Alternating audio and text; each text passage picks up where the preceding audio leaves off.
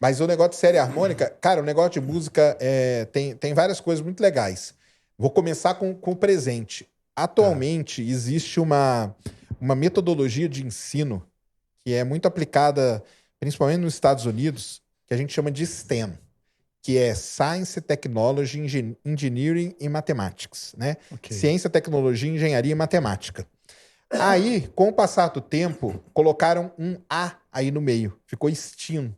E esse Hum. A é de arts. Ah, que bom. Então Graças a eles viram Deus. que. E qual arte, né? Então é assim: tudo que você faz, tudo que você estuda e tal, é exatamente o que você falou. Tem que ter uma maneira de você se expressar. Sim, Então, seja montando uma peça para contar uma história de um fato científico, seja criando uma música para contar, como a gente já sim. falou aqui do Iron Maiden, contar alguns fatos, algumas coisas. Então, Quantas vezes não falam da maçã caindo na cabeça de Newton? exatamente. Não é uma história, É é uma uma história. alegoria. Exato. Então, isso é muito importante e a música hoje ela está fazendo muito parte disso. Fora que, aí voltando no lance das séries harmônicas e tudo mais, a gente sabe que a música, né, cara, ela é uma coisa assim, matematicamente muito bem feita. Sim. Muito bem feita. Então, as notas, como elas são divididas, as tonalidades, né? Tudo isso é muito. E eu acho que quando o músico ele entende a essa matemática, acho que fica muito mais fácil até para ele fazer Não. música, tocar e tudo. Os anjos cantam quando você entende, né? Né? Você fala, vou dominar o mundo. É uma sensação de poder mesmo. Quando você entende a geometria Sim, ao redor dos sons, né? Por isso que eu sou muito fascinado com a série harmônica, porque basicamente a música ela não foi inventada, ela foi percebida. exato. Se você ouve a série harmônica, que é o primeiro harmônico, é uma oitava, Uhum. depois, se eu não me engano, uma outra oitava, depois tem a quinta, aí uma quarta, e essa quarta já é uma outra oitava. Depois a terça maior, a terça menor, e essa combinação gera uma quinta, é um eco da outra quinta. Então, assim, 200 Hz, por exemplo, para Uhum. ficar fácil, né? 200 Hz, 400 Hz é já a oitava, Sim, né? Então, 800 Hz é a oitava. Só que, exato. só que 400 mais 200, que é 600, tá na série harmônica. Isso. Então você vai somando essa quase que com uma coisa meio fibonática, Sim, né? e é isso Que é um mesmo. efeito acústico. É. Não é que nós inventamos, nós humanos. E a história da música, basicamente, é o ser humano percebendo, aguçando a sua audição para perceber mais harmônicos. Uhum. Entendeu? Então, a gente não precisou para caçar, para lá na Idade da Pedra, a gente não precisou para caçar ou para transar, para procriar, né? Entender a série harmônica. Não era uma necessidade, Uhum. né? Mas a gente teve o luxo de ter consciência por alguns milhares de anos e poder ir percebendo e ir organizando isso, né? Com certeza. Então, conforme foi acontecendo na história da música, a música modal, a música da Grécia, depois, quando os cantos gregorianos ecoavam naquelas Nas igrejas, aí sim igrejas, eles né? conseguiam ouvir esses Aí conseguia, harmônicos. porque tinha as reverberações e tudo, né? Exato. Isso. E aí o ouvido percebeu algo que é um efeito acústico, que acontece na natureza, quando um trovão bate Exato. perto da montanha, tem uma porrada de harmônico aí. Não, e você fala que não, mas quando se percebe exatamente isso, que os sons da natureza, que você tem um som mais grave, que você tem um som mais agudo, e isso vai tendo significados, né? Vai tendo significados. Então, por exemplo, quando um trovão mais alto, pô, tá mais perto, hoje lógico, hoje é básico a gente falar isso, lógico, né?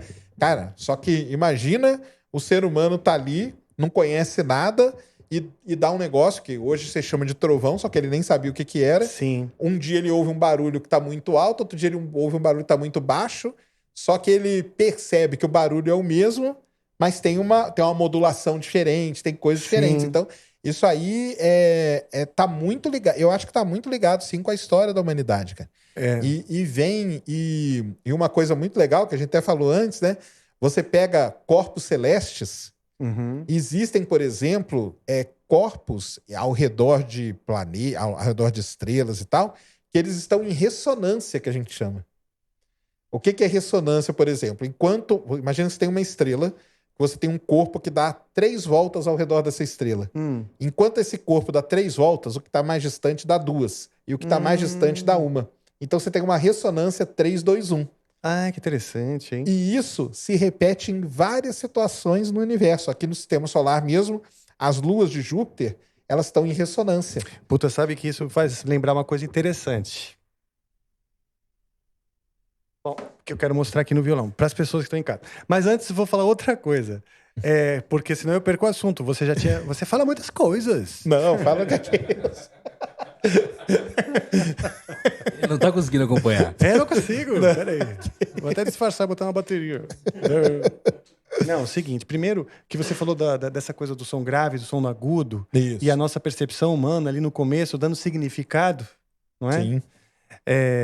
Tem uma coisa legal no Sapiens, do Yuval Harari, que ele conta também da nossa semelhança comportamental com os chimpanzés, os bonobos, alguns primos assim próximos, e o lance da mentira, que os chimpanzés também Na hora que você vai mentem. mentir, você dá aquela, né, dá aquela afinada na voz, né, que o pessoal fala e tudo. Não, no caso dos chimpanzés é o seguinte, os chimpanzés eles têm um barulho Sim. para dizer assim, perigo que vem de cima. Ah, sim.